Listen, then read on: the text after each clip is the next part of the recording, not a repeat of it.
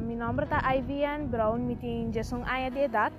Eu estou em 6ª classe, eu estou visitando St. Paul School. Eu sou artista multifacético, eu pinta, eu baila, eu canta e eu toca.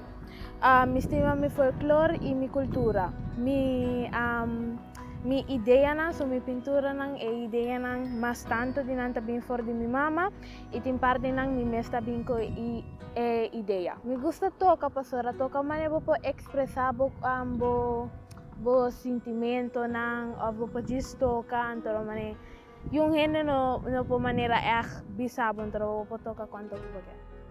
Makomisa baila com 4 anos anto bra pinta 4 anos. Arte me pode expressar como isso?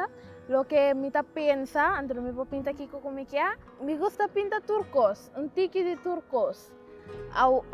Me por pintar pop, me vou pintar Mickey Mouse.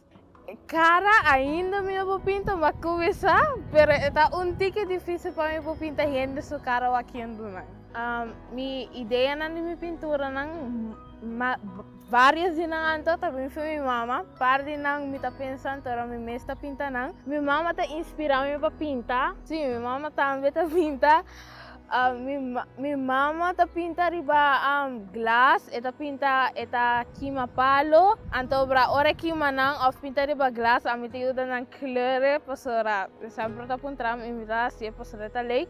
May assim pintura de um unicorn de macaroni. Esse é um cos lake pa sa tata hopi travel e etata pero etata hopi lake.